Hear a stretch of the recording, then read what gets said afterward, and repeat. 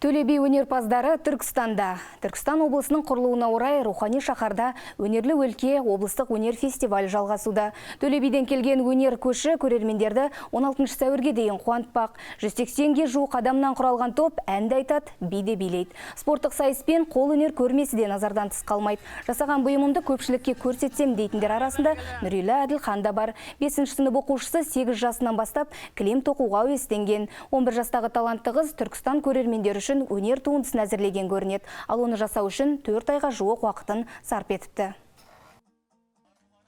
Мен қазір кілем тоқып жатырмын. Бұны істеу өте қиын. Бұны істеп жатқаныма шамамен 4 ай болды. Мен алдымен осы жіпті алып, жіп керек, екінші осындай құрылғы керек. Жіптердің арасынан өткізіп тоқимыз. Бұл өнер шыдамдылықты қажет етеді.